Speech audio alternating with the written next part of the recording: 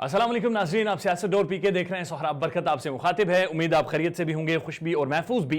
PSL साहब तकरीबन अपने इख्तिताम को पहुंची है, लेकिन अभी तक पाकिस्तान में यह किसी को समझ नहीं आ सकी कि पीएसएल के अंदर आखिर रोकड़ा कैसे कमाया जाता है, यानी कितना पैसा इन्वॉल्व होता है, पीसीबी कितना पैसा कमाता है, फ्रेंचाइजीज कितना पैसा कमाती हैं और क्रिकेटर्स यानी खिलाड़ी जो होते हैं वो कितना पैसा कमाते हैं। ये पैसा आता किधर से है, ये पैसा किस तरह से तकसीम होता है, कौन कितना पैसा लेकर जाता है, ये तमाम तर तफसीलात आपके सामने रखेंगे कि पीसीबी कितना कमाता है, कहां से कमाता है, पीएसएल कितना कमाती है, फ्रेंचाइजीज कितना कमाते हैं, खिलाड़ी कितना कमाते हैं, पाकिस्तान सुपर लीग का जो फाइनेंशियल मॉडल है वो क्या है, वो आज आपके सामने रखेंगे।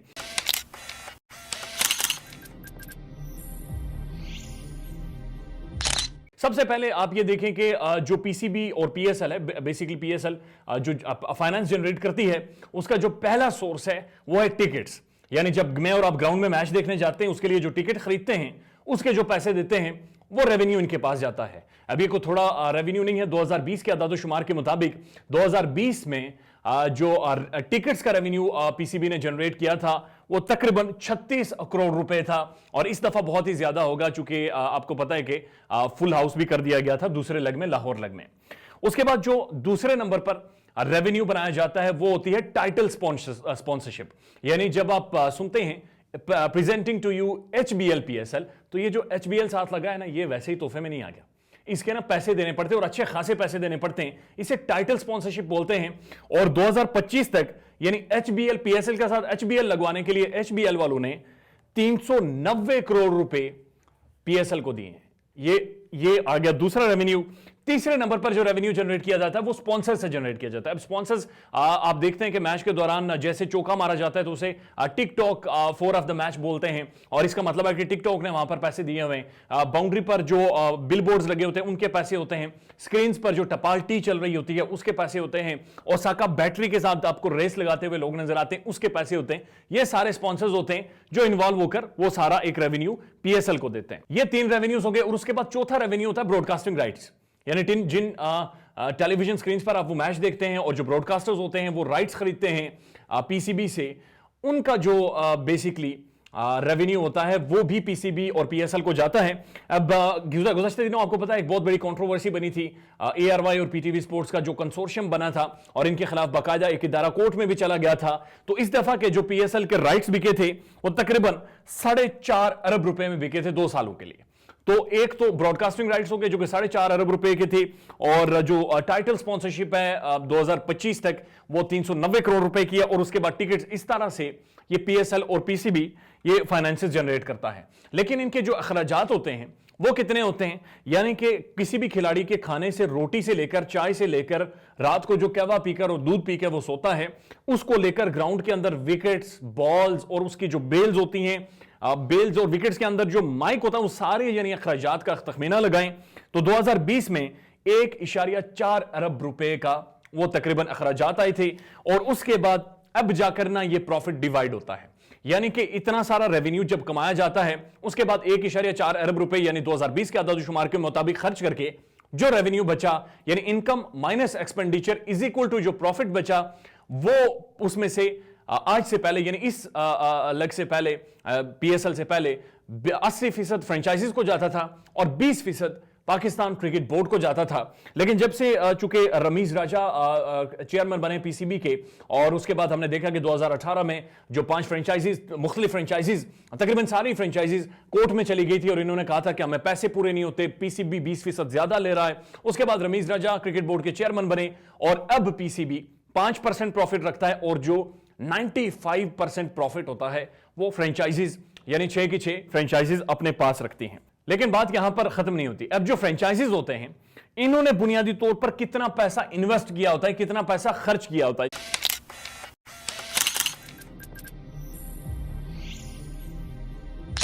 जो प्रॉफिट 95% है वो आपस में शेयर तो करती हैं, लेकिन उसके लिए जो इन्वेस्टमेंट की होती है फ्रेंचाइजीज ने वो कितनी की होती है वो आपको बता देते हैं।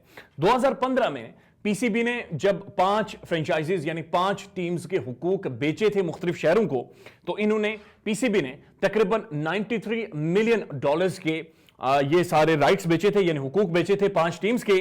और ये जो $93 मिलियन हैं 93 मिलियन डॉलर्स ये 5 फ्रेंचाइजीज ने 10 सालों के अंदर पीसीबी को देने, और ये वो सारे पैसे जो सिर्फ और सिर्फ पीसीबी की जेब में जाने थे।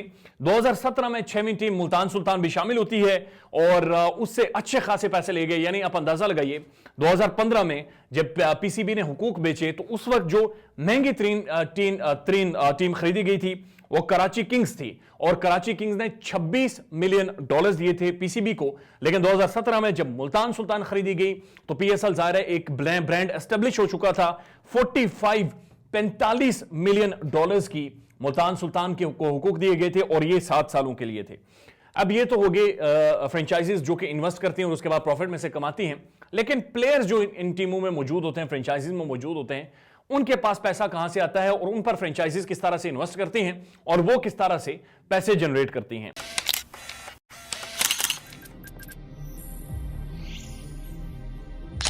बुनियादी तौर पर प्लेयर्स ड्राफ्ट होता है और ये तकरीबन 1.2 मिलियन डॉलर्स का ये सारा ड्राफ्ट होता है। इसमें 5 कैटेगरीज बनाई गई हैं। एक है प्लैटिनियम, उसके बाद डायमंड है, फिर गोल्ड है, फिर सिल्वर है, फिर इमर्जिंग है।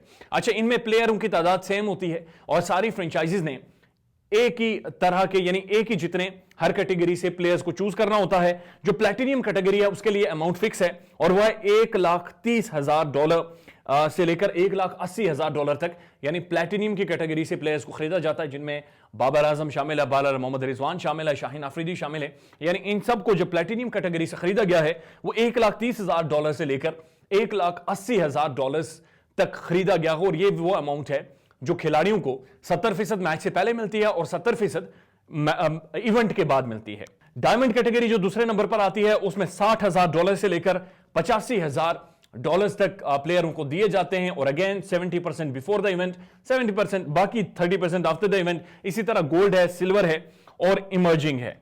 अब ये सारे फ्रेंचाइजीज इन खिलाड़ियों को भी पैसे देती हैं और उसके बाद जो फ्रेंचाइजीज हैं, क्या उनका सोर्स ऑफ जो इनकम है, जो रेवेन्यू है, वो सिर्फ वही रेवेन्यू जो पीसीबी उनके साथ 95% शेयर करता है? ऐसा नहीं।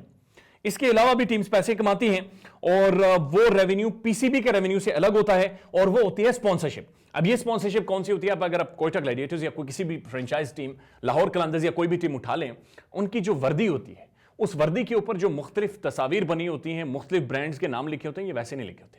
ये सारे स्पॉन्सर्स होते हैं और इन्होंने तगड़ा रोकड़ा, तगड़ी अमाउंट, तगड़े पैसे लगाए होते हैं। और जो भी इनके शर्ट्स के ऊपर, अब मैं देख रहा था कोयटा ग्लैडिएटर्स, तकरीबन 7 से 8 स्पॉन्सर्स उनकी शर्ट्स पर, उनके हेलमेट्स पर, उनके पैड्स पर, उनके शूज पर मौजूद हैं। और ये वो जो स्पॉन्सर्स के पैसे हैं जो वो टीम्स जनरेट करती हैं, ये वो डायरेक्टली फ्रेंचाइजीज के अकाउंट में जाते हैं। अब आपको लग रहा होगा कि एक तरफ तो फ्रेंचाइजीज काफी ज्यादा पीसीबी से भी रेवेन्यू लेती हैं, यानी 95% प्रॉफिट का, और उसके बाद फ्रेंचाइजीज यानी जो खिलाड़ी हैं, जो टीम्स हैं, वो स्पॉन्सर से भी बहुत ज्यादा पैसे कमाती हैं। फ्रेंचाइजीज ज्यादा कमा रही होंगी, तो ऐसा नहीं है। एक ऑफिशियल डॉक्यूमेंट लीक हुआ था और उस डॉक्यूमेंट के मुताबिक, जो कि बाद में ऑथेंटिक भी था और क्रिक इन्फो जैसी ऑथेंटिक वेबसाइट ने भी उसे छापा, उसके मुताबिक फ्रेंचाइजीज ने बाकायदा शिकवा किया है कि उन्हें 12 से 13 करोड़ रुपए का हर पीएसएल में नुकसान हो रहा है और उनका जो प्रॉफिट मार्जिन है वो नहीं बढ़ रहा। पर नजम सेठी साहब ने एक इंटरव्यू में कहा था कि ऐसा बिल्कुल नहीं है। अगर उन्हें नुकसान हो रहा हो तो किसी भी तौर इस ब्रांड को या इस चीज को दूसरे साल या तीसरे साल तक परस्यू ना करती। हमने ये चीज देखी है कि पीएसएल का आउटले बढ़ाने की जरूरत है। पीएसएल का जो फाइनेंशियल आउटले है और जो फाइनेंशियल एस्पेक्ट है उसे मजीद बढ़ाने की जरूरत है, ताकि जो इंटरनेशनल बैनुल अक़वामी मौजूदा खिलाड़ी हैं, स्टार्स हैं, वर्ल्ड क्रिकेटर्स हैं, वो फाइनेंशियल एस्पेक्ट्स को देखते हुए जरूर पीएसएल से अट्रैक्ट हो। अपना ख्याल रखिएगा और हमारे चैनल का भी। अल्लाह हाफिज।